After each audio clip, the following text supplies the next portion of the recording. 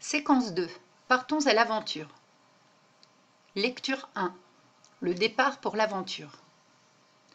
Les Oulamres sont une tribu d'hommes de la préhistoire. Faoum est leur chef. Faoum leva les bras vers le ciel avec un long hurlement. « Que feront les Oulamres sans le feu » cria-t-il. « Comment vivront-ils sur la savane et la forêt? Qui les défendra contre les ténèbres et le vent d'hiver? Ils devront manger la chair crue et la plante amère. Ils ne réchaufferont plus leurs membres. La pointe de l'épieu demeurera molle. Le lion, la bête aux dents déchirantes, l'ours, le tigre, la grande hyène les dévoreront vivants dans la nuit. Qui ressaisira le feu? Celui-là sera le frère de Faoum. Il aura 3 parts de chasse.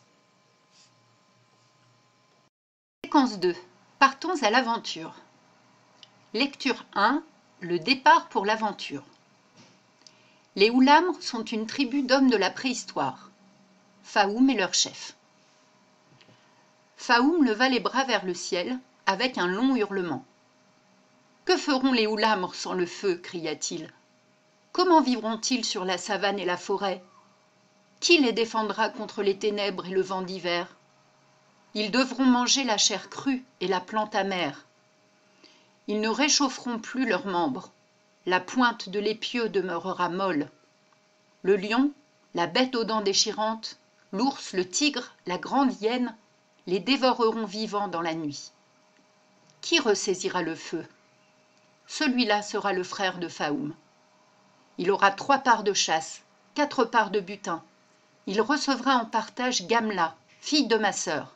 Et si je meurs, il prendra le bâton de commandement. » Alors, Nao, fils du léopard, se leva et dit « Qu'on me donne 2 guerriers aux jambes rapides, et j'irai prendre le feu chez les fils du mammouth ou chez les dévoreurs d'hommes qui chassent au bord du double fleuve. » Faoum ne lui jeta pas un regard favorable.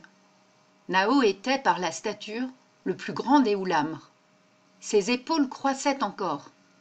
Il n'y avait point de guerrier aussi agile, ni dont la course fût plus durable. Il terrassait Mou, fils de l'Urus, dont la force approchait celle de Faoum. Et Faoum le redoutait. Il lui commandait des tâches rebutantes, l'éloignait de la tribu, l'exposait à la mort. Nao n'aimait pas le chef. Mais il s'exaltait à la vue de Gamla, allongée, flexible et mystérieuse, la chevelure comme un feuillage.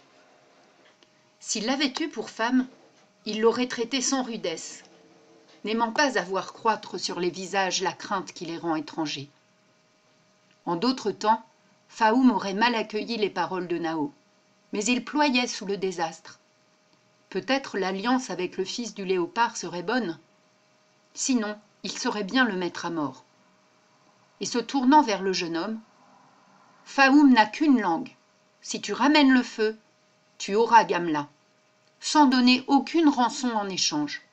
Tu seras le fils de Faoum. » Il parlait la main haute, avec lenteur, rudesse et mépris. Puis, il fit un signe à Gamla. Elle s'avançait, tremblante, levant ses yeux variables, pleins du feu humide des fleuves. La main rude de Faoum s'abattit sur l'épaule de la fille. Il cria dans son orgueil sauvage. « Laquelle est mieux construite parmi les filles des hommes? Elle peut porter une biche sur son épaule, marcher sans défaillir du soleil du matin au soleil du soir, supporter la faim et la soif, apprêter la peau des bêtes, traverser un lac à la nage. Elle donnera des enfants indestructibles. Si Nao ramène le feu, il viendra la saisir sans donner des haches, des cornes, des coquilles ni des fourrures.